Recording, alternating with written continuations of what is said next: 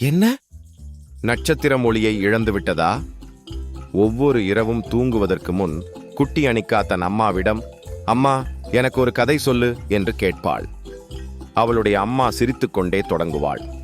ஒரு நாள் ஒரு சின்ன நட்சத்திரம் தன் பிரகாசத்தை இழந்து தவித்தது.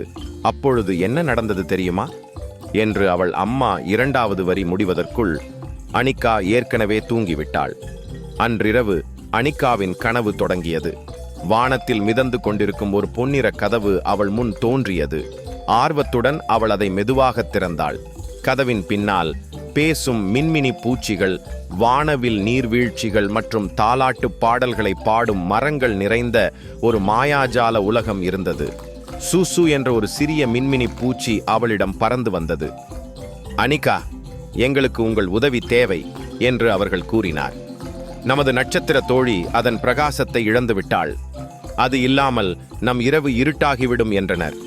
அனிகா தைரியமாக தலையசைத்து ஜூசுவை பின்தொடர்ந்தார். ஒரு மேகத்தின் மீது ஒரு சிறிய நட்சத்திரம் சோகமாக இருப்பதைக் கண்டார்கள். நான் எப்படி ஒளிர வேண்டும் என்பதை மறந்துவிட்டேன் என்று நட்சத்திரம் கிசுகிசுத்தது. அனிகா ஒரு கணம் யோசித்தாள். அப்போது அவள் அம்மா எப்போதும் சொல்வது நினைவுக்கு வந்தது, ஒவ்வொரு ஒளியும் ஒரு புன்னகையுடன் தொடங்குகிறது என்று.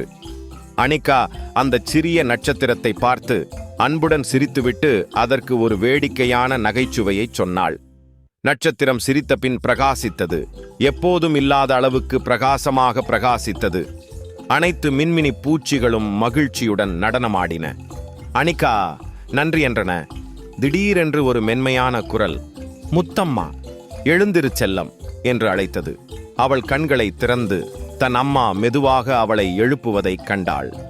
அம்மா, நட்சத்திரம் மீண்டும் பிரகாசித்தது என்று அனிகா உற்சாகமாக சொன்னாள். அவளுடைய அம்மா சிரித்தபடி சொன்னாள், பார்த்தாயா, சிறிய கருணையும் பெரிய பிரகாசத்தை உருவாக்கும் என்று.